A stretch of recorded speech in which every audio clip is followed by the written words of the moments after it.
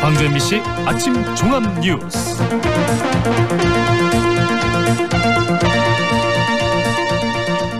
(2월 8일) 금요일 아침 종합 뉴스입니다. 특혜 논란이 제기된 새마을장학금을 폐지하는 조례안이 발의됐지만 일부 시의원들의 눈치 보기로 통과가 불투명합니다. 자유한국당 김진태 의원 등이 오늘 지만원 씨를 국회로 초청해 5.18 공청회를 열 예정이어서 비판이 잇따르고 있습니다. 기아 타이거즈 선수들의 세대 간 경쟁이 뜨겁습니다. 새 베테랑 선수와 신세대 선수들이 주전 자리를 놓고 양보 없는 경쟁을 펼치고 있습니다. 이상 오늘의 주요 뉴스입니다.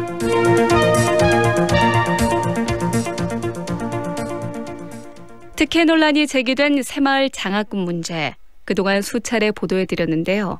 이 같은 특혜 시비를 끝내기 위해서 일부 광주시 의원들이 관련 조례 폐지안을 발의했습니다. 하지만 이게 시의회를 통과할 수 있을진 불투명합니다. 정용욱 기자입니다. 광주시 의원 5명이 새마을 장학금 조례 폐지안을 발의했습니다. 관련 예산이 없는 만큼 유명무실한 조례를 없애자는 취지에서입니다. 지난해 10월 광주시 보조금 심의위원회가 특혜성 논란을 낳은 새마을 장학금에 대해 즉시 폐지를 결정했고 이에 따라 올해는 예산이 한 푼도 반영되지 않았기 때문입니다.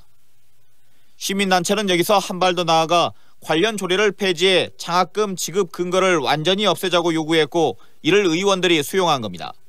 이게 폐지되지 않고 임민숙 새마을 장학금 특혜 폐지 시민회의 혹시라도 이게 이제 다시 회귀될 수 있는 방향이 있잖아요. 그래서 지금 이야기가 되었을 때 폐지되는 게 맞는 것 같습니다. 하지만 상임위나 시의회 본회의에서 조례 폐지안이 통과될지는 불투명합니다. 새마을회의 반발 속에 일부 시의원들이 눈치를 보고 있었습니다.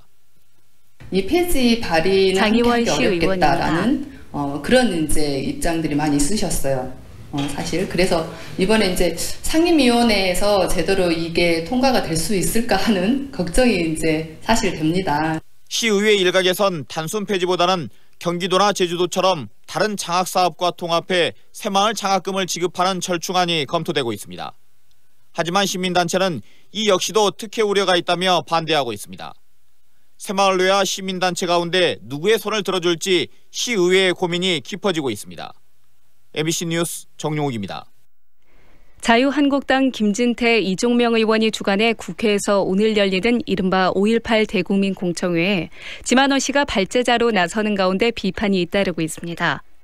5.18 기념재단은 5.18 민주화운동에 대한 가짜뉴스를 퍼뜨려 벌금 1억 원가량을 선고받은 지만원 씨를 자유한국당이 국회로 초청해 공청회를 여는 건 국민에 대한 우롱이라고 강하게 비판했습니다. 더불어민주당도 구고 인사들을 5.18 진상규명조사위원으로 추천한 한국당이 지만원 씨를 지원하는 건 5.18에 대한 당의 입장을 드러낼 뿐이라며 공청회를 당장 취소하라고 논평했습니다.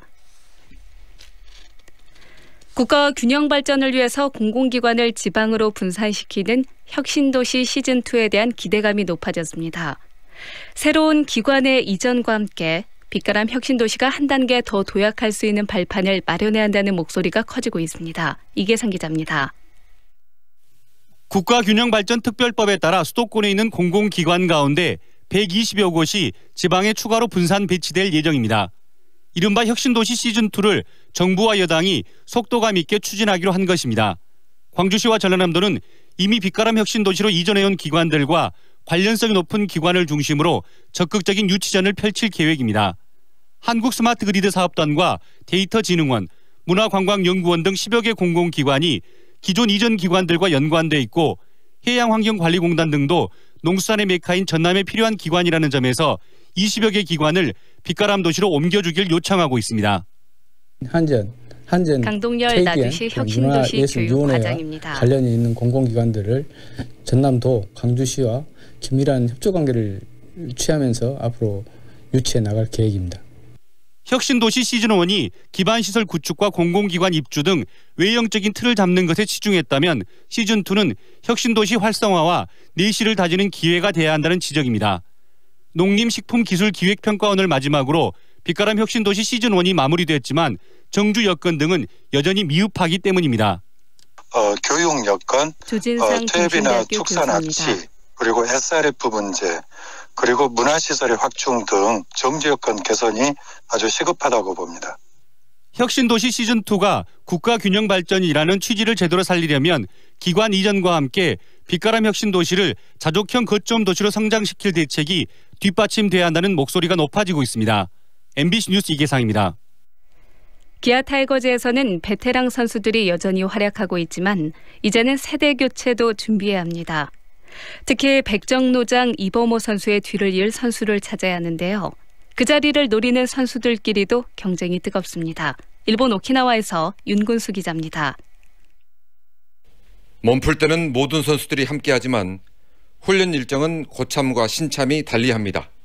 이름하여 스타조와 샛별조, 최고참 이범호, 김주찬 선수 등은 무리하지 않으면서 컨디션을 끌어올리는 반면 샛별들은 덤까지 훈련을 소화합니다. 기아 타이거스의 세대 교체를 위해서는 샛별들의 성장이 무엇보다 절실합니다. 지난 시즌 6개 포지션을 맡았던 최원준 선수는 올 시즌 정경기 출장이 목표입니다. 주전이 되고 싶다는 뜻입니다. 선배님들이 형들을 내야수 위협할 수 있는 선수입니다. 실력이 돼야 제가 주전 선수가 될 수 있고 그런 방향으로 갈 수 있다고 생각하기 때문에 그런 부분에 되게 중점을 많이 두고 있습니다. 지난 시즌 후반기에 깜짝 활약했던 유승현 선수도 일주일에 6일 동안 TV에 나오는 게 목표입니다. 그러려면 3루 포지션이 겹치는 이범호 선수를 뛰어넘어야 합니다. 범호 선배 내야수 류승현 선수입니다. 같은 포지션에서 훈련하고 있는데 많이 물어보고 이제 많이 빼먹으려고 하고 있습니다. 하지만 프로 데뷔 20년 차인 베테랑 이범호 선수가 호락호락할 리 없습니다. 세월이 지나면 이범호 선수입니다. 제가 그 친구들한테 지는 건 당연한 거지만 어쩔 수 없이 내려오고 싶은 생각은 없는 것 같아요. 통산 2000경기 출장과 350 홈런 등 도달 가능한 목표도 눈앞에 있습니다. 프로스포츠에서 세대 교체는 불가피한 선택입니다. 관건은 타이밍입니다. 후배가 선배를 뛰어넘을 수 있을 때 교체가 이루어져야 효과를 극대화할 수 있습니다. 오키나와에서 MBC 뉴스 윤군수입니다.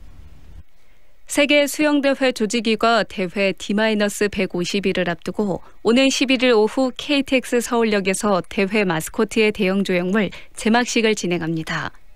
제막식에서는 다채로운 문화 행사를 비롯해 수영대회 입장권 구입 행사와 박태환 선수 팬사인회가 함께 진행됩니다. 조직위는 앞으로 인천공항과 국회의사당 등 유동인구가 많은 전국 12곳에 대형 조형물을 설치할 예정입니다. 생계형 소액 채무를 오랫동안 갚지 못한 연체자에 대해 정부가 이달 말까지 지원을 연장합니다. 한국자산관리공사 광주전남지역본부는 원금 1,000만 원 이하의 채무를 10년 이상 상환하지 못한 연체자를 대상으로 채권을 소각하거나 원금의 최대 90%까지 감면해주는 제도를 이달 말까지 연장해 지원하기로 했습니다. 장기 소액연체자 재기 프로그램이 필요한 채무자는 자산관리공사 지역본부나 지부에 설치된 접수창구에 신청하면 상환능력 심사를 거쳐서 지원을 받을 수 있습니다.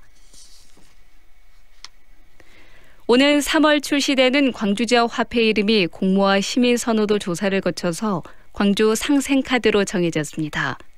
광주 상생카드를 사용할 경우 연말연시 소득공제 30% 혜택과 일반 체크카드 대비 2배 이상 캐시백, 그리고 기아 챔피언스필드 입장권 할인 등 다양한 혜택이 주어집니다.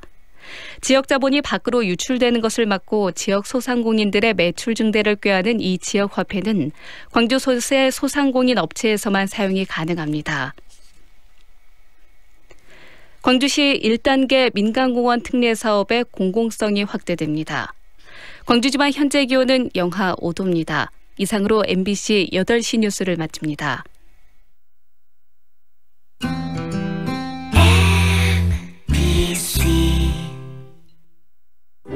연기자 정동환입니다.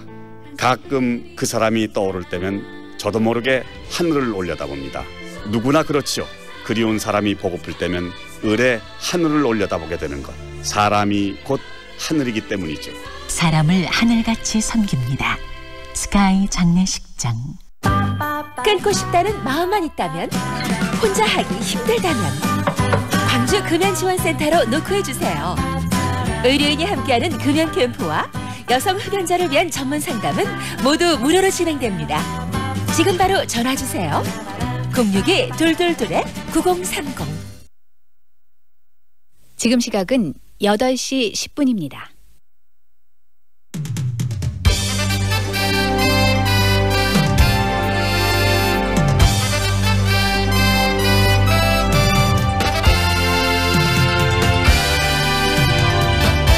황동윤의 시선집중. 황동윤의 시선집중 2부 시작합니다. 2019년은 여러모로 뜻깊은 해입니다. 3.1운동 100주년이기도 하면서 대한민국 임시정부 수립 100주년, 또 광주 학생운동 90주년을 맞는 해이기 때문인데요.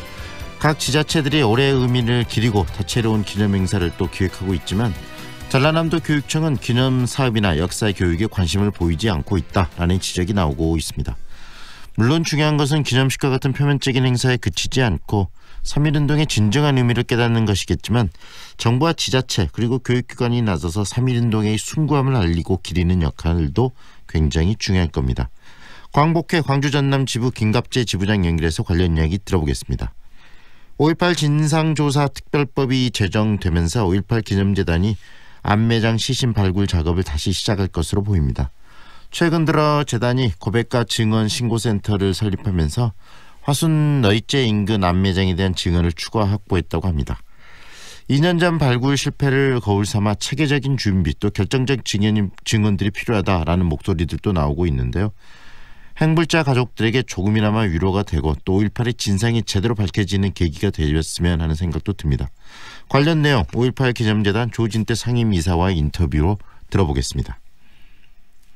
교장 선생님과 교사 그리고 교사와 학생, 학교와 학부모 간에 일어나는 다양한 불미스러운 일은 더 이상 뉴스가 아닐 정도로 자주 이야기되고 있습니다.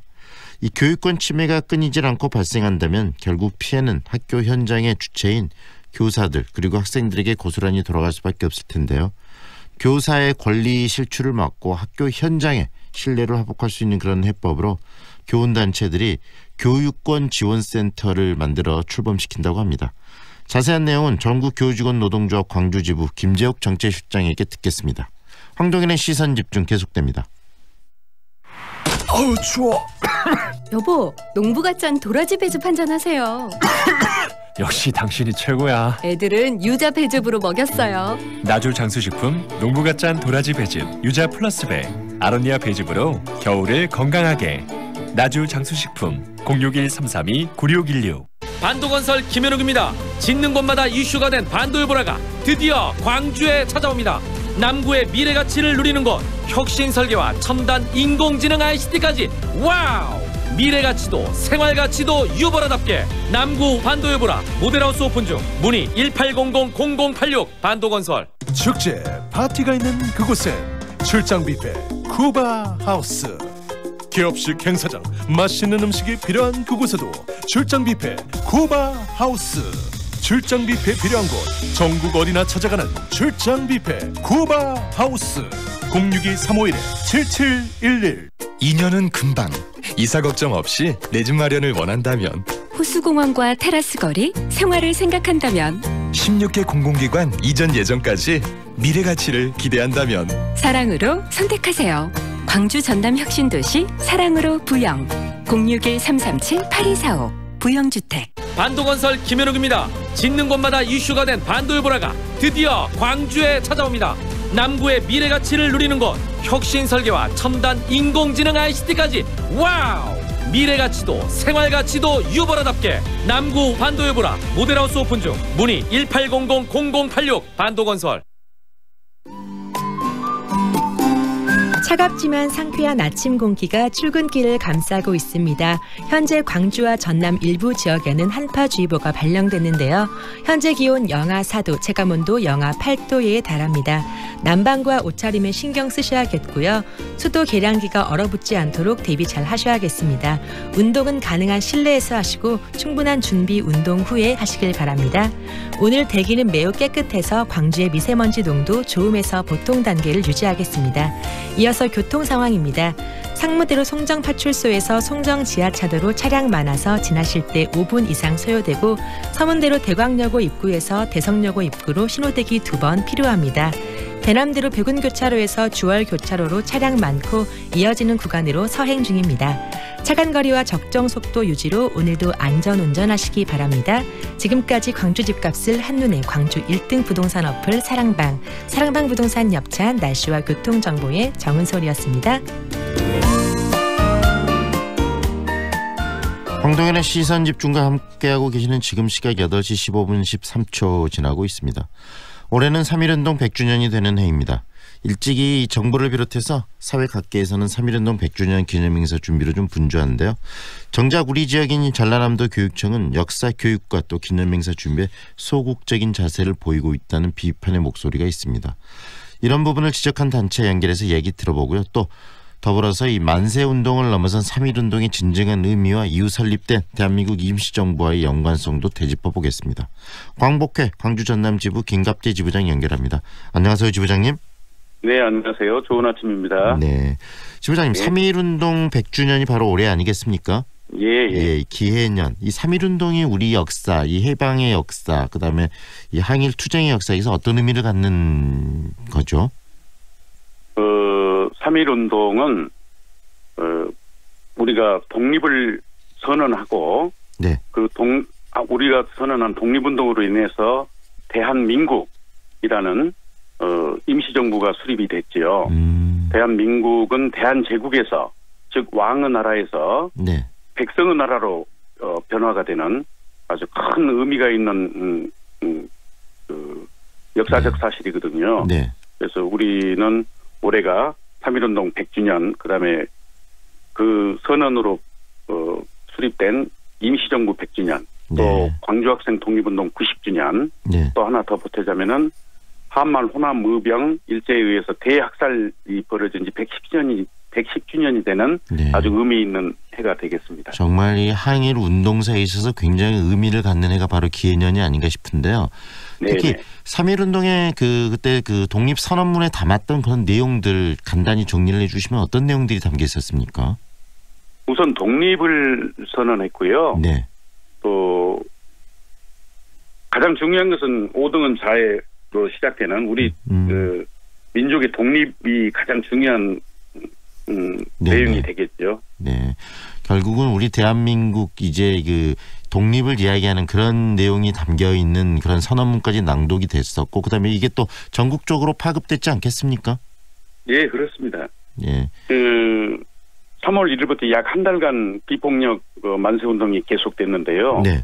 일제는 뭐 공식적으로 106만 명이 참여했고 네. 사망자가 7,500명으로 기록을 하고 있는데 네. 구속된 자도 4만 7천 명에 이른다고 기록을 하고 있는데 저희들은 약 250만, 그때 조선의 인구가 1,600만이었거든요. 네네.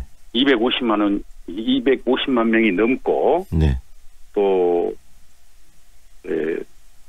부상자 수도 4만 5천 명, 체포자 수도 4만 9천 명이 훨씬 넘는 것으로 보고 있습니다. 네. 예. 특히 3.1운동이 또 비폭력 그런 만세운동이었음에도 불구하고 일제는 이것을 무력적으로 진압했던 거 아니겠습니까? 그렇습니다. 네.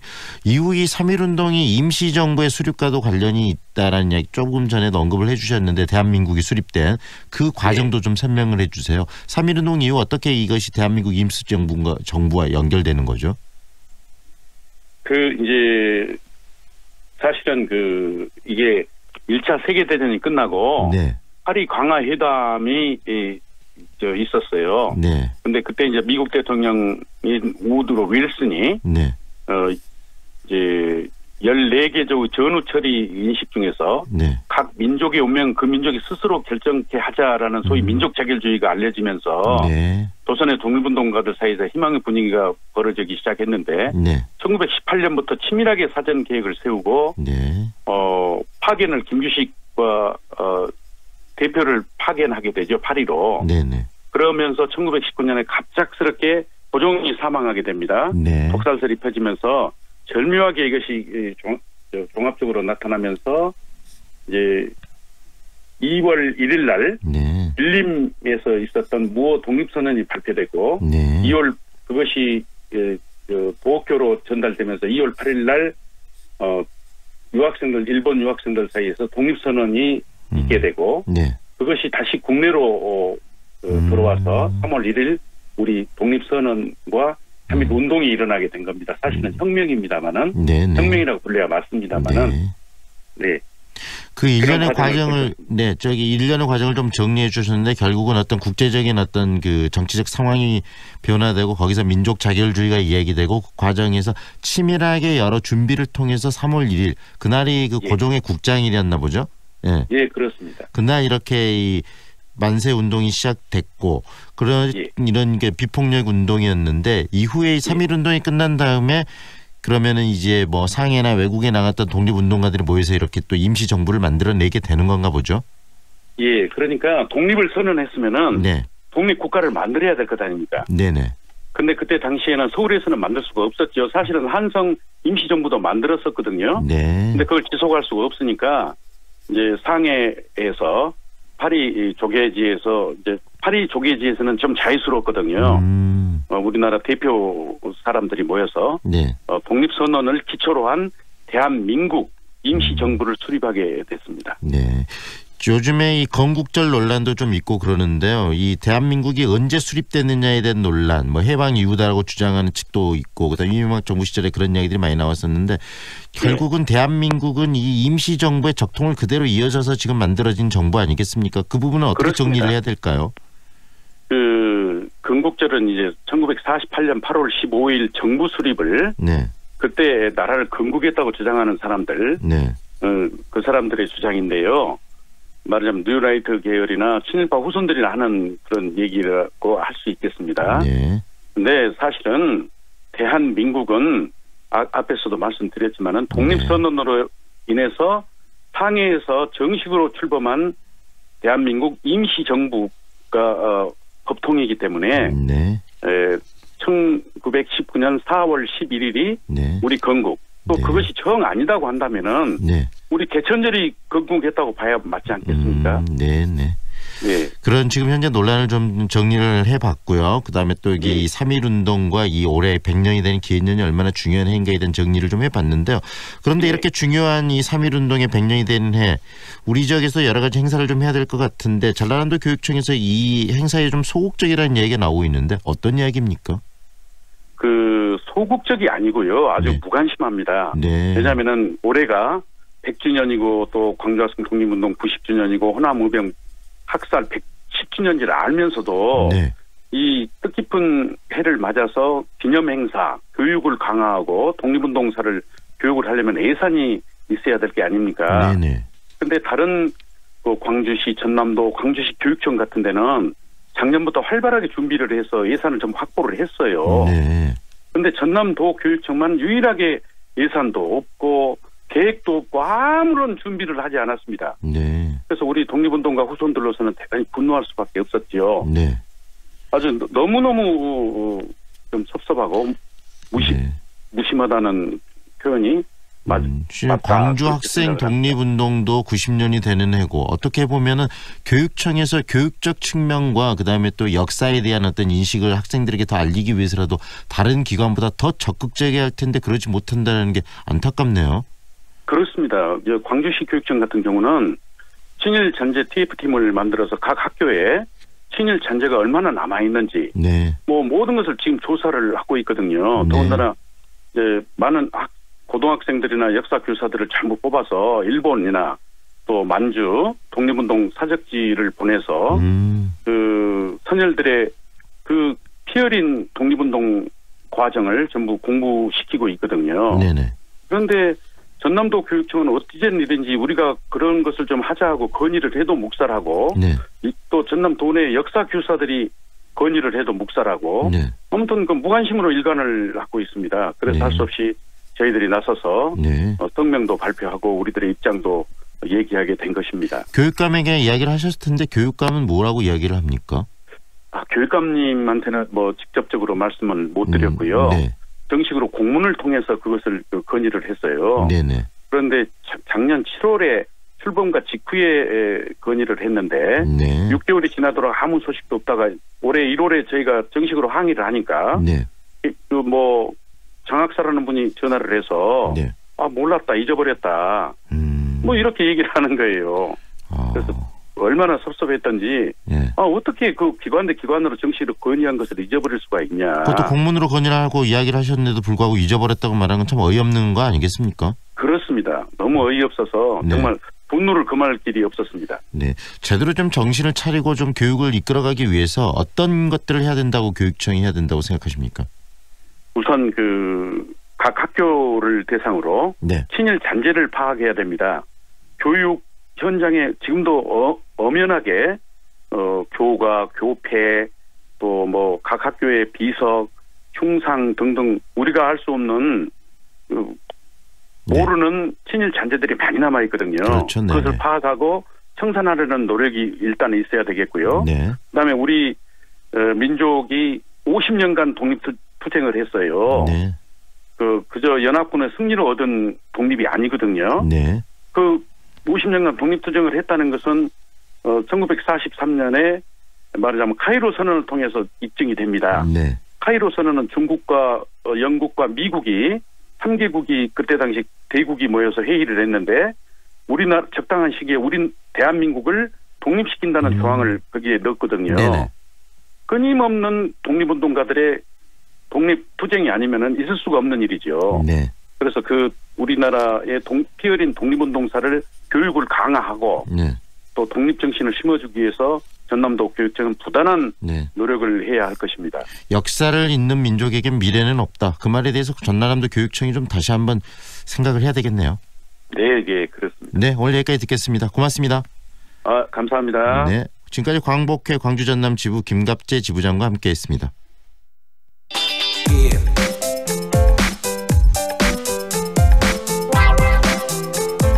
5.18 민주화운동 당시 군부에 희생돼 안매장된 시민들의 시신을 찾는 일이 올해 다시 시작될 것으로 보입니다.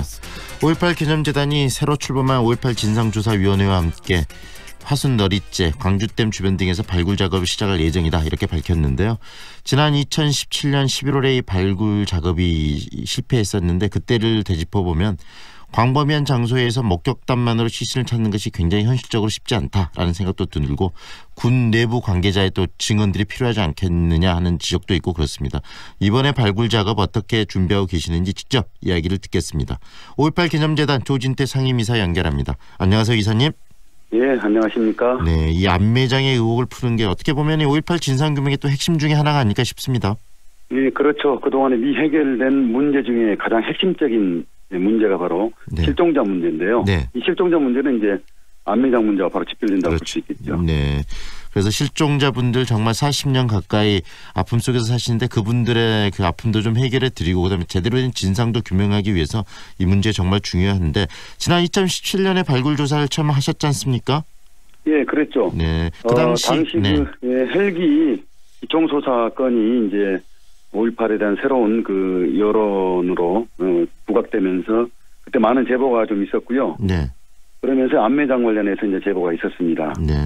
그때 이제 시작됐고 이 제보 중에서 특히 주목되었던 것이 이제 광주 교도소 부분에 안매장됐던 그 사실을 증언한 당시 공수 여단의 지휘관의 이 고백이 큰 이제 계기가 됐던 거죠. 네. 그리고 쭉 이제 광주교도소 인근을 쭉 발굴을 했습니다. 발굴했는데 성공하지 못했죠. 네. 4차례 정도 발굴을 시도했는데요. 네. 그에 합당한 안매장의 근거를 밝히는 데는 실패했습니다. 네. 현재 실종자분들이 몇 분 정도 되십니까? 추정. 광주시에 지난 2012년까지 실종자로 접수된 분들이 대략 450여 명 정도가 접수가 돼 있어요. 네. 그런데 이분들 중에서 이제 공식적으로 인정된 분들은 현재 84명에 불과합니다. 네. 그래서 아직 이 문제는 공식적으로 인정된 것이 이제 84분이라는 이야기지. 네. 어느 정도로 네. 또 시에 접수를 했지만은 접수하지 않은 분들도 많고 그래서. 네. 지금으로서는 추정하기 어렵습니다. 그래서 이런 발굴이나 이런 부분들을 통해서 대략적으로 그런 흔적들을 찾고 그걸 가지고 또 진상규명으로 다가가야 되는 거 아니겠습니까? 네, 그렇죠. 그게 무엇보다 굉장히 중요한 일이라고 좀 보고 있습니다. 2017년도에 이렇게 처음에 4차례 정도에 걸쳐서 이렇게 안매장 흔적들을 찾으셨는데 그때 흔적을 발견하지 못했던 부분에 대해서는 그 이유는 무엇 때문이라고 생각하세요? 우선 첫째로는 세월이 많이 지났잖아요. 네. 지목된 장소들이 변형이 상당히 많이 이제 진전이 된 게 있고요. 네. 그 다음에는 그 안매장 했던 장소를 지목했던 당시 그 지휘관의 증언에 의존해서 이제 발굴을 시도했던 건데 세월도 많이 지났기 때문에 이런 그 증언의 경우는 교차 조사가 필요합니다. 교차 판단이 필요한 거죠. 그래서 더 많은 그 군 관계자들 그리고 더 많은 그 피해 현장을 목격한 사람들의 증언과 사실 확인이 필요했던 겁니다. 그래서 더 좀 자세하고 구체적으로 정확도를 높여서 발굴 조사에 들어갔어야 보는데 그런 점들이 좀 미흡했던 거죠. 이번에 다시 발굴을 준비하시는 이유는 충분히 그런 그때 미흡했던 부분들을 좀 보강을 하셨다고 판단하신 거죠? 어떻습니까? 지금 5.18 재단에서 발굴 작업을 바로 시작하지는 않습니다. 우선 이제 5.18 진상규명조사위원회가 구성을 마치고 출범해야 되고요. 그 조사위원회 출범과 더불어서 정부기관이 사실 감당해야 될 몫이거든요. 5.18 기념재단은 그동안의 증언, 제보 등을 종합 정리해서 그런 내용들을 조사위원회에 또 제공을 하고요. 함께 병행해서 추진할 계획으로 일정을 보고 있어요. 중요한 게 바로 말씀하신 것처럼 증언과 이 증거들 교차 그 체크하고 그다음에 충분히 근거가 있는 데이터들을 지금 만드셨을 것 같은데 지금 안매장 추정지로 의심이 가는 곳들은 어디입니까? 지난 11월 이후로 그 많은 제보가 있었는데 이제 31건의 제보가 있었는데요. 안매장 관련한 제보죠. 그런데 대체로 많이 지목된 곳이 지금 화순 너리대 쪽이에요. 그곳이 많이 이제 여러 사람들이 이제 지목을 해주셨고, 뭐 조선대 뒷산이랄지, 그리고 우리가 그동안에 전혀 그 생각하지 못했던 우남동 쪽도 제보가 좀 있고 그럽니다. 우남동 쪽은 어디입니까? 좀 보다 정확하게. 지금은 이제 사라져 버렸는데 그 우남동 예전에 그 변전소가 있었지 않습니까? 이제 당시 그 방위병으로 복무하던 그 군 방위병으로 복무했던 분이 제보를 해 주신 건데요. 이런 부분 역시 이제 색다른 그 제보이기 때문에 조사를 더 해봐야 될 것을 그렇게 보고 있습니다. 이 과정 지금 안매장지 흔적들을 찾아가는 과정에서 가장 중요한 것은 그 시대에 그 현장에 계셨던 분들의 그 증언들 아니겠습니까? 예, 그렇죠. 그리고 이 진실 규명을 위해서 여러 가지 증언들이 있어야 될 것 같은데 지금 알고 계시면서도 미처 증언들을 못 하시고 계신 분도 계실 것 같습니다. 그런 분들은 어디로 연락을 취하면은 이렇게 증언도 하고 그런 부분들이 이게 수집될 수 있을까요? 이후에 이제 진상규명조사위원회가 출범하게 되면 광주에도 그 사무소를 설치하도록 되어 있습니다. 그러나 출범하기 전까지는 또 출범하더라도 5.18 기념재단에 연락을 주시면 우선적으로 그 증언 내용에 대해서 이제 구체적인 조사 내용들을 확인 작업에 들어갈 것이기 때문에 5.18 기념재단으로 연락을 주시면 대단히 고맙겠습니다. 이사님 일단 진상조사위원회가 이걸 주체가 돼서 추진을 해야 된다고 말씀하셨는데 그렇다면 조사관을 선발하고 또 여러 가지 뭐 과정들이 필요하기 때문에 시기적으로는 좀 더 늦어질 수도 있겠다는 생각도 드네요. 그렇죠. 위원회가 출범하려면 위원 구성이 완료가 돼야 되거든요. 우선 자유한국당 추천된 그 인사들에 대해서는 이제 부적격하다는 의견을 제시한 바가 있는데 어쨌든 위원회가 구성돼서 출범해야 됩니다. 그러려면 아무리 빨라도 3월이고요. 3월 이후에는 바로 이제 조사관을 선발을 해야 돼요. 50여 명의 조사관을 선발해서 법에 따라서 해결해야 할 과제들을 이제 그 설정하고 조사에 착수해야 되는데 아무리 빨라도 5월 되지 않을까 이렇게 보고 있습니다. 실종자분들 한을 풀고 또 이 제대로 된 5.18의 진실을 알기 위해서 5.18 진상조사위원회의 활동이 정말 중요합니다. 지금 뭐 갈등도 있고 그다음에 자유한국당에서 지금 추천한 인사들의 문제도 지적되고 있고 하지만 5.18 진상조사위원회가 정말 제대로 좀 활동하기 위해서 꼭 필요한 부분과 그 진상조사위원회에서 밝혀야 될 부분들에 대한 이야기도 좀 정리해 주시죠. 특별법에 그 여러 가지 과제가 구체적으로 명시되어 있습니다. 우선 지난번 국방부 특별조사위원회에서 밝히고자 했으나 미완 부분으로 남아있는 헬기 기총소사 부분 그리고 전투기 출격 부분 같은 것들이 대상으로 되어 있고요. 80년 당시부터 사건을 조작했던 그리고 이후에도 지속적으로 왜곡했던 그 내용들을 밝혀서 정리하는 것 이것도 대상이 되어 있습니다. 그리고 지금 쭉 언급하고 있는 이 실종자 문제와 연관된 안매장 이런 문제들을 해결하도록 그 특별법 명시가 되어 있거든요. 이런 것들을 이제 보다 구체적으로 기록물에 의해서 1차 조사를 하고 2차로는 당시 가해 현장에 있었던 그 지휘관들을 조사할 수 있도록 이번에는 그 강제 조항이 있습니다. 그래서 가해 병사와 지휘관들을 구체적으로 조사해서 미진한 그 어떤 5.18 문제를 정상적으로 할 수 있는 것들을 찾는 것. 이게 관건으로 좀 보고 있어요. 네, 오늘 여기까지 듣겠습니다. 고맙습니다. 예, 감사합니다. 지금까지 5.18 기념재단 조진태 상임이사와 함께했습니다.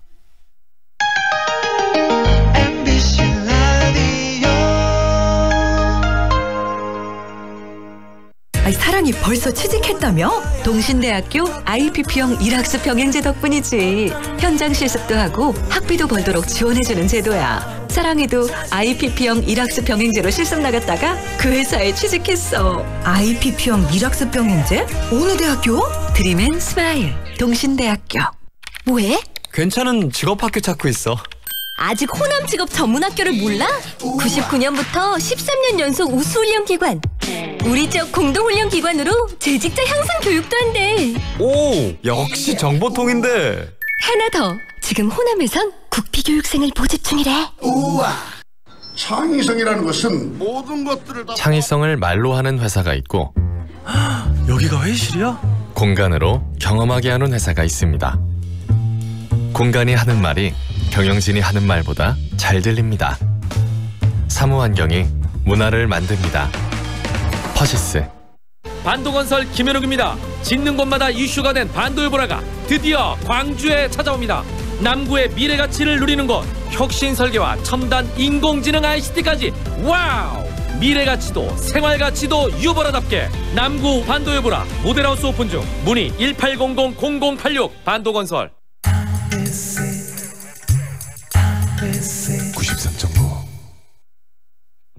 Feelings between the sheets. Why am I caressing my mama's fat knees? 세상을 보는 지역의 눈. 여러분은 지금 황동현의 시선 집중과 함께하고 있습니다. 3부 시작하겠습니다. 최근 중고등학교가 교육보다는 대학을 가기 위한 그런 수단으로 전락해버린 듯한 느낌을 많이 받는데요. 다시 말해서 졸업장을 위해 필요한 과정 정도로 인식되고 있다는 겁니다. 이런 환경 속에서 교사들도 이 교육권 침해에 대한 피해와 어려움을 호소하고 있습니다.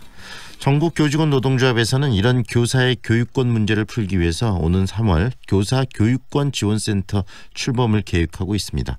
자세한 내용 듣겠습니다. 전국교직원 노동조합 광주지부의 김재혁 정책실장 연결합니다. 안녕하세요, 실장님. 네, 안녕하십니까. 네, 보통 교권이라는 말을 참 많이 써왔는데 이번에 정교조에서는 교사의 교육권이라는 용어를 좀 쓰고 계십니다. 일반적으로 쓰는 교권과 이 교사 교육권 좀 차이가 있습니까? 개념적으로? 네, 일단 교육권은 조금 아직 생소하게 들리실 거예요. 네. 그 교사의 교육권이란 말은 학생에게 교육을 받을 권리인 학습권이 있다라는 것을 먼저 전제로 네. 교사가 그 학생들의 학습권을 보장하기 위해서 교사에게 부여되어야 될 필요한 권한을 교육권이라고 합니다. 좀 나누어서 보면 이런 게 필요합니다. 교육과정에 대한 편성권, 네. 그다음에 평가권, 교재 채택하고 선정할 수 있는 권한, 그다음에 교육활동 운영권, 그다음에 학생 생활지도 및 징계권 이런 것들인데요. 네. 혹시 이 중에 교사에게 있는 지금 갖고 있는 권한은 네. 아무것도 없습니다. 방금 나열했던 것이 다 교사에 꼭 필요하고 하고 있는 것처럼 보이지만 네. 교육부 장관, 네. 교육감, 교장에게 있는 권한이고요. 네. 교사에게는 그런 권한이 현재 없기 때문에 이와 관련된 내용을 바탕으로 해서 제대로 된 학생 교육을 하겠다라는 취지의 내용이 교육권입니다. 결국은 지금 학생들을 제대로 가르쳐야 될 부분들이 어떻게 보면 권리라고 이야기하지만 교사로서 당연히 가져야 되는 책임의 문제이기도 한데 그런 것들을 행사할 수 있는 그런 환경이 만들어져 있지 않다라고 지금 보시는 거네요. 네, 그렇습니다. 네. 그런데 그래서 이 제대로 지금 교육을 그 아이들을 가르치고 싶어도 가르치지 못하는 교육 환경들 때문에 이 교육직계를 떠나는 그런 교사들도 굉장히 늘어나고 계시다면서요. 어떻습니까, 현황이? 네, 실제로 제 주변에도 이번에 여러분이 명퇴를 하셨는데요. 네. 대부분 수업하고 그다음에 학생 생활지도하는 것이 어렵다고들 하십니다. 네. 광주에 이번에 작년에 그 상반기 하반기 합쳐서 명퇴하신 선생님들의 숫자가 총 146명이었습니다. 네. 그런데 올해 상반기에만 명퇴하신 분이 144분이세요. 네. 그래서 올해 그 하반기 명퇴수당이 예산이 이미 바닥이 난 상태입니다. 그만큼 명퇴 숫자가 늘고 있다라고 보시면 되겠습니다. 그만큼 교사분들께서의 교육자로서의 어떤 프라이드나 자존감이 많이 좀 상실돼 계시고 그다음에 제대로 이 교육권을 행사할 수 없고 아이들을 가르칠 수 없기 때문에 지금 교육계를 떠난다고 보시는 거네요. 네네, 그렇습니다. 네, 학생들의 인권이나 인권조례도 만들어지고 이런 식으로 이 학교 내에서 인권에 대한 인식이 높아지고 있는데 상대적으로 이렇게 교육권이 추락하고 있는 이유는 무엇 때문이라고 보십니까? 일단은 그 앞서 설명드렸던 교사의 교육권이 교사에게 제대로 보장되고 있지 못한 여러 법률의 문제가 있습니다. 네. 그리고 실제로 학생에게 온전히 수업에 가르치는 데 전념할 수 있도록 교사가 그 각종 잡무, 불필요한 행정 공문 처리하는 이런 시간들을 좀 줄여줘야 되는데 네. 이럴 수 없는 업무 환경도 또 한몫하고 있고요. 네. 그다음에 뭐 요새 스카이캐슬 보시면 아시겠지만 그 전반적인 사회적인 분위기가 학생들의 개인적인 출세나 이런 것들을 지향하는 이런 분위기도 한몫하고 있는 것으로 이해하고 있습니다. 결국은 이 법률적인 문제, 그다음에 업무 환경이 너무 열악하고 그다음에 심지어 이 대학교 입시 중심으로 학교가 운영되다 보니까 제대로 된 가르침이 학교에서 일어날 수 있는 환경이 좀 만들어지지 못하고 있는 그런 부분도 있다는 말씀이시네요. 네. 그렇다면은 실장님, 이 교사의 교육권이 왜 보호돼야 된다고 생각하세요? 교사의 그 교육 과정을 편성하고 수업하고 평가하고 생활지도하는 것은 네. 제대로 된 교실을 만드는 데 꼭 필요한 것들입니다. 네. 이것이 교사의 권한인 것처럼 보이지만 네. 실제로는 이것이 보장되어야 헌법에서 명시하고 있는 학생들의 학습할 권리, 교육받을 권리가 제대로 보장될 수 있게 뒷받침할 수 있는 것들입니다. 네. 그래서 교사에게 이 권한들이 반드시 부여되어야 한다고 보고 있는 겁니다. 결국은 이 교육 현장을 제대로 다시 일으켜 세우기 위해서는 교사의 교육권부터 보장이 돼야 된다 이 말씀이시네요. 네, 그렇습니다. 이번에 지금 뭐 출범하시겠다고 지금 준비하고 있는 교사 교육권 지원센터를 통해서 이런 교사들의 교육권이 좀 회복될 수 있을까요? 어떤 역할을 계획하고 계십니까? 네. 네, 사실은 교사들조차 그 교권, 교육권 이런 개념에 대해서 정리하고 그다음에 대안을 만들어 보려고 노력하는 부족했던 것도 사실이긴 합니다. 네. 그런데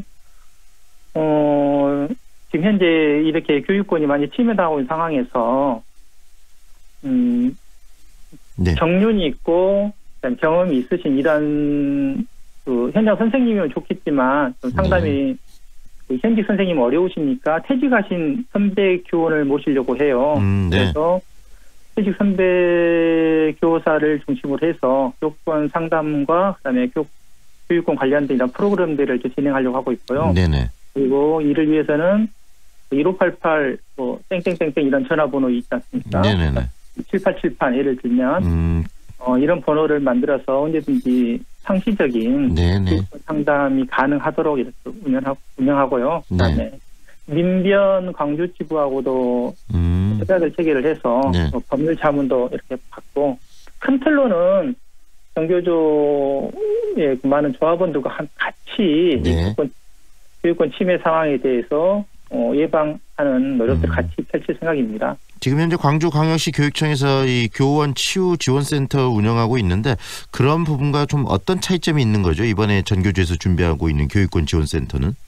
네, 그 교육청 안에 있는 그 기관이 그 교권센터고요. 그래서 저희가 말씀드린 교육권과는 약간 다른 면이 있고, 그다음에 교권센터가 그 교육청 장학사랑 교육청 소속의 변호사가 맡고 있어서 선생님들이 교사들에게 좀 오히려 불공정하다라고 하는 말도 나옵니다. 그래서 교사 입장에서 상담해줄 교사 교육권 지원센터가 필요하다고 저희가 보고 있는 겁니다. 결국은 교육을 바로 세우기 위해서 교육권이 제대로 세야 된다는 생각에서 지금 출범을 하시는 거네요. 네, 그렇습니다. 앞으로의 활동을 통해서 정말 이 학교가 제대로 서는 그런 모습들을 좀 보여주셨으면 좋겠습니다. 오늘 인터뷰는 여기까지 하겠습니다. 고맙습니다. 네, 감사합니다. 지금까지 전국교직원 노동조합 광주지부의 김재혁 정책실장과 함께했습니다.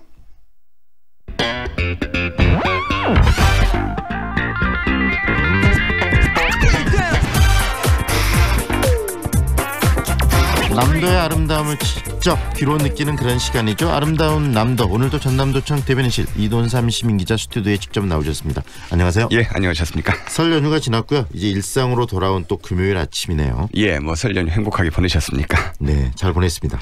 요즘에는 연휴를 이용해가지고 가족이나 친구끼리 여행 많이 하시더라고요. 네. 뭐 영화를 보는 분들도 부쩍 늘어난 것 같은데 이번 설날 연휴에도 극장가 붐볐다고 얘기 들었습니다. 저도 이 극한 직업 봤습니다. 아, 그러셨습니까?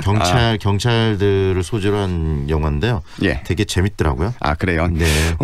아시는 거 보셨으니까 잘 아시겠습니다. 마약반이 이제 범인들을 붙잡으려고 잠복근무하는 그런 내용이잖아요. 뭐 치킨집을 인수해가지고 위장 창업을 하고 그러면서 이제 벌인 그런 영화인데 이번 설 연휴를 기점으로 1,000만 명 넘어섰다고 하죠. 그 1,000만 명 중에 이제 한 분이시군요. 네. 아주 흥미진진한 영화인데 이 영화의 마지막 장면 혹시 기억하시겠네요? 그러면은 광양항 물류창고에서 찍었다고 합니다. 아, 그게 광양항에서? 예. 근데 저는 이제 아직 이 1,000만 명 안에 못 들었습니다만 대신 저 얼마 전에 영화 말모이를 그건 이제 본 적이 있습니다만. 네, 말모이 하면 또 이 조선어 사전 편찬 이야기를 다룬 영화 아니겠습니까? 예, 그렇습니다. 네. 일제 강점기에 조선어 사전을 만들기 위해서 비밀리에 조선말을 수집하던 사람들의 얘기를 다룬 그런 영화인데요. 이거는 또 순천 드라마 촬영장에서 또 일부를 찍었다고 하더라고요. 요즘에 남도가 영화 촬영지로 각광을 받고 있는데 연휴 때 이 말모이의 영화 배경 무대로 쓰였던 순천 드라마 촬영장 한번 저는 다녀왔었습니다. 순천에서 영화 말모이를 찍었다. 구체적으로 어디서 어떤 장면을 찍었을까요? 그러니까 드라마 촬영장에 가보셨죠? 네네. 순천에 있는 거. 그러니까 가장 먼저 들어가서 매표소 지나서 만나는 게 80년대 서울 변두리의 번화가 풍경이거든요. 그러니까 영화 말모이에서 일본인 순사들하고 조선어 사전 편찬 작업을 하는 이 사람들이 쫓고 쫓기는 장면을 여기 번화가 거리, 번화가의 순양극장 앞길에서 찍었다고 하더라고요. 네, 순천이 드라마 촬영장 시체말로 좀 잘 나가는 그런 세트장이고 그다음 가서 보면 굉장히 잘 구성이 돼 있더라고요. 예, 그렇죠. 네. 요즘에도 여기서 영화를 좀 많이 찍습니까? 예전에는 정말 드라마 영화 많이 찍었죠. 뭐 사랑과 야망이나 에덴의 동쪽, 뭐 제빵왕, 김탁구, 영화 늑대소녀까지 여기서 정말 많은 걸 찍었는데 요즘에도 많이 찍고 있습니다. 그러니까 제가 얘기했던 영화 말모이 외에도 작년 말에 개봉한 영화 마야광이 있었어요. 네네. 마야광도 여기서 찍었고요. MBC가 올해 3.1운동과 임시정부 수립 100주년을 기념해서 특별 드라마 이몽이라는 드라마를 지금 준비를 하고 있거든요. 그러니까 일본인에게서 양육된 조선인 외과 의사가 이 상해 임시정부의 첩보 요원이 돼가지고 활동하는 그러니까 유지태 이효원 씨 주연의 이제 시대극인데 오는 5월에 지금 방영 예정이라고 합니다만은 이 드라마도 지금 순천 여기 드라마 촬영장에서 찍었다고 합니다. 그래서 오늘은 이 순천 조례동에 있는 이 드라마 촬영장 얘기 한번 해보고 싶습니다. 이몽을 미리 이야기를 해주셨는데 이몽이 유지태와 이효원 두 배우애들 통해서 또 이야기가 되는데 옛날에 여명의 눈동자라는 또 드라마가 굉장히 공존의 히트를 쳤었었는데 그 생각이 그렇죠. 좀 나기도 하고요. 순천에 있는 이 드라마 촬영장 구체적으로 좀 들어가 볼까요? 어떤 곳인지?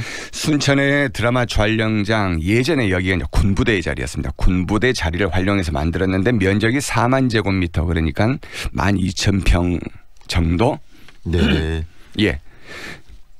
그 정도 되고요. 여기에 1960년대 서울의 달동네 또 70년대 순천 읍내거리 80년대 서울 변두리의 집과 상가 거리 동네를 다 이제 재현을 해놨는데요. 지금 중장년층의 애환이 서려 있는 그래서 이제 마치 흑백 사진 속의 풍경처럼 옛 기억을 이제 떠올려주는 뭐 그런 곳인데요. 살다 보면 정말 뭐 가끔 옛날이 이제 그리울 때가 있지 않습니까? 이 순천 드라마 촬영장은 가난해서 부족했고 또 부족해서 불편했던 그 시절. 그러니까 그 지독한 가난과 불편까지도 그립게 해주는 뭐 그런 곳이 드라마 촬영장 같습니다. 개발의 광풍이 몰아치던 현대화의 물결이 일기 시작하던 그 격동의 시대와 바로 그 전의 시대를 지금 세트장으로 담고 있는 거 아니겠습니까? 예, 그렇습니다. 드라마 촬영장으로 들어가면은 일단은 시계바늘이 30-40년 전으로 급하게 이제 돌아가더라고요. 그래서 이제 추억 여행을 시작을 하는데 매표소를 지나서 만나는 풍경이 80년대 서울 변두리 이제 번화가입니다. 그러니까 번화가 이 거리에 들어서자마자 들려오는 게 이제 음악 소리거든요. 그러니까 디스코를 추면서 신나게 놀 수 있는 이 음악으로 시끌벅적한 디스코 옛날 말은 이제 고고장이라고 합니다만은 이 고고장을 시작으로 해서 말씀드렸던 영화 말모이 촬영 배경으로 쓰였던 그러니까 당대 최고의 육체파 여배우가 나오는 이 영화 포스터들이 붙어있는 순양극장이 있고요. 네. 또 전당포, 중국집, 뭐 포목점, 사진관, 신발가게 이런 게 이제 줄지어 서 있습니다.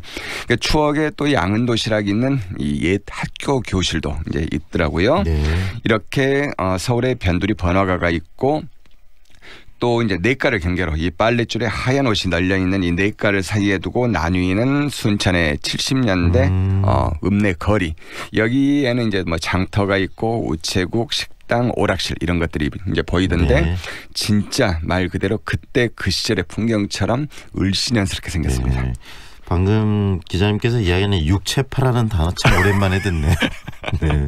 서울 변두리와의 순천 읍내 풍경을 좀 정리를 해주셨는데 예. 그 좀 더 가게 되면 이렇게 언덕배기에 마을이 형성되어 있는 달동네도 있지 않습니까? 예, 그렇죠. 달동네 있죠. 60년대 서울의 봉천동 일들을 이제 뭐 재해놨다 이제 이렇게 얘기를 합니다. 네. 그러니까 광복과 남북 분단 이후에 난민들이 산비탈 외진 곳에 판잣집을 짓고 살면서 이제 형성된 마을이 달동네인데요. 네. 이 높은 곳에 자리를 해서 달이 그만큼 잘 보인다 해서 이제 이름부터는 이 달동네 아니겠습니까? 네. 서울의 변두리 거리를 따라서 말씀드렸던 이 서울 변두리 번화가를 따라서 가니까 또 버스 정류장에 입간판이 세워져 있는 이 한적한 시골길을 지나서 언덕배기 이제 자리를 하고 있는데요. 네. 야트막한 산등성이를 슬레이트 지붕으로 다 덮은 뭐 그런 동네입니다. 그러니까 나무 전봇대 아래에 연탄재가 수북하게 쌓여 있고요. 또 담 너머 집 안 벽에 보니까 똥장군이 이렇게 또 걸려 있고 네. 재밌는 게 벽에 보니까 가위 그림이 걸려 있고 거기다 소변 금지는 낙서도 뭐 씌어져 있는 뭐 그런 곳이고요.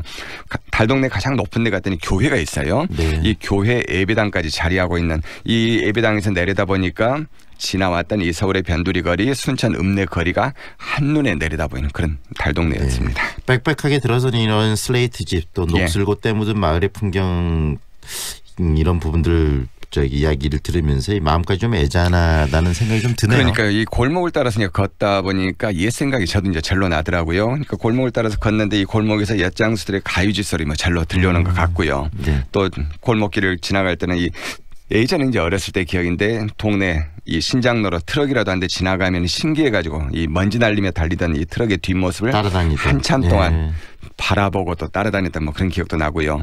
아이스케이크를 파는 아저씨 앞에 가서 그냥 텅 빈 주머니만 만지작 했던 뭐 그런 기억도 나고 또 텔레비전이 없다 보니까 텔레비전을 보려고 이 집 저 집 돌아다녔던 기웃거렸던 그런 추억도 좀 떠오르고요. 네. 연탄을 실어 나르던 뭐 리어카도 떠오르고 또 연탄가스에 중독이 돼가지고 정신을 잃고 또 구토까지 했던 뭐 그런 기억까지 네. 이 추억의 화로들을 뭐 화로를 뜨겁게 달궈준 그런 달동네 풍경이고 드라마 촬영장 같습니다. 아이스케이크 말씀을 하시고 그러는데 또 하드라는 단어도 있었지 않습니까? 딱딱한 그렇죠. 아이스크림 하드. 그렇죠. 그런 그 시대를 한때 이야기해줬던 그런 용어들이나 그런 물건들이 생각이 나는데요. 이렇게 애틋한 향수를 이곳에 가면은 좀 불러일으키겠네요. 예, 그러니까 이런 풍경들이 중장년층 특히 이제 황동현 PD 같은 이 중장년층이 특히 좋아하는 것은 말할 것도 없고요. 네. 정말 좋아하고 즐기는 층은 학생들하고 젊은 연인들이더라고요. 네. 그러니까 순양극장 앞 추억 여행관에서 교복과 교련복을 빌려주는데 이 검정 교복이나 교련복을 입고 돌아다니면서 이 다양한 배경과 갖가지 소품을 이용해서 이제 사진을 찍고 다니는데요. 이 모습을 보면서 오래전 이 학창 시절에 필름 카메라, 이 하프 카메라를 들고 다니면서 사진을 찍었던 그런 기억도 이제 얼핏 떠오르고 그렇습니다. 이 젊은 연인들 이렇게 이제 교복 입고 사진도 찍고 다니면서 또 언약의 집에서 사랑의 맹세도 하고 그러더라고요. 네. 그 모습이 이제 부럽기도 하고 그랬는데 이 사랑의 맹세도 하고 또 언약의 집 한쪽에 보니까 느린 우체통도 있고 그렇습니다. 이 우체통을 보고서는 또 학창 시절 좋아하는 여학생한테 편지를 써놓고 이 우체통에 넣을까 말까 한참을 망설였던 뭐 그런 기억까지 나는 이런 추억의 화로 같은 곳이 드라마 세트장 촬영장입니다. 네. 언약의 집은 어떤 곳입니까 구체적으로? 저도 이제 언약의 집은 이번에 가서 처음 봤는데 알아봤더니 작년 여름에 들었었더라고요. 아주 이제 조그만 집이거든요. 그러니까 가족이나 친구, 연인들이 서로에게 마음을 전하면서 영원을 약속하는 이제 그런 공간입니다. 그러니까 관람객들이 나무 판자에 서로의 사랑을 약속하는 글귀를 직접 써가지고 걸 수 있는 그런 전시 공간도 있고요. 또 밖에 보니까 꽃으로 장식이 된 멋진 그런 포토존도 있어가지고 최근에 이 드라마 촬영장의 새로운 명소가 된 곳이 말씀하신 언약의 집입니다. 네. 그리고 이 드라마 촬영장에서 이 국가정원, 이 순천만에 있는 국가정원도 그렇게 멀지 않죠? 예, 순천만 국가정원 아주 가깝습니다. 그러니까 2013년이죠. 국제 정원 박람회가 열렸던 곳이요. 이때 이제 조성된 정원인데 물 위에 떠 있는 그런 미술관, 꿈의 다리가 있고요. 또 호수정원, 뭐 세계 여러 나라의 정원까지 다 볼 수 있는 이 겨울에 가도 좋은 곳, 여기 이제 순천만 국가정원이고요. 어제와 오늘은 이제 꽤 쌀쌀하지만은 요즘 봄날 같은 날씨가 이어지면서 매화, 꽃망울 이제 속속 터뜨리고 있는데 이 분홍매화가 많이 핀 나간 금둔사에 한번 들러봐도 좋겠습니다. 오늘과 내일 모레까지 뭐 춥다는 예보가 있지만은 이 순천, 광양, 여수 이쪽 가면 따스한 그런 새봄의 기운을 느낄 수 있을 것 같습니다. 순천, 이 봄이 오는 길목에서 최고의 그 여행지가 아닐까 싶습니다. 고맙습니다. 예, 고맙습니다. 반도건설 김현욱입니다. 짓는 곳마다 이슈가 된 반도의 드디어 광주에 찾아옵니다. 남구의 미래 가치를 누리는 곳, 혁신 설계와 첨단 인공지능 ICT까지 와우! 미래 가치도 생활 가치도 유보라답게 남구 반도의 모델하우스 오픈 중. 문의 1800-0086 반도건설. 프리미엄 SUV의 모든 기준 집 그랜드 체로키. 오프로드의 강남과 온로드의 유연함을 최저 5,330만 원의 파격적인 가격으로 경험하라. 오직 2월 한 달간 집 그랜드 체로키. 지금 지프전시장으로 문의하세요. 반도건설 김현욱입니다. 짓는 곳마다 이슈가 된 반도의 드디어 광주에 찾아옵니다.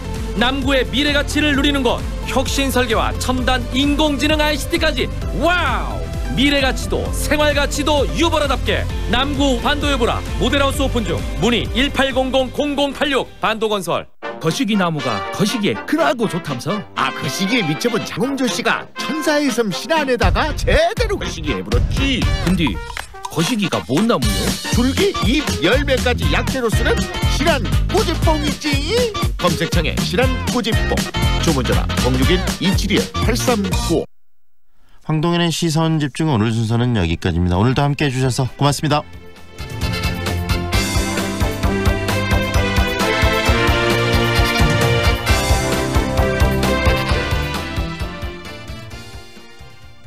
약은 8시 57분입니다.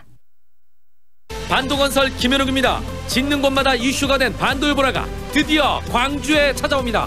남구의 미래 가치를 누리는 곳, 혁신 설계와 첨단 인공지능 ICT까지 와우! 미래 가치도 생활 가치도 유보라답게 남구 반도의 모델하우스 오픈 중. 문의 1800-0086 반도건설. 사람은 자연에서 태어나 자연으로 돌아갑니다. 고귀하고 소중한 분들의 편안한 안식처. 이제 장성 자연숲 추모공원 수목장님에서 만나보세요. 10헥타르의 드넓은 공원형 자연장지.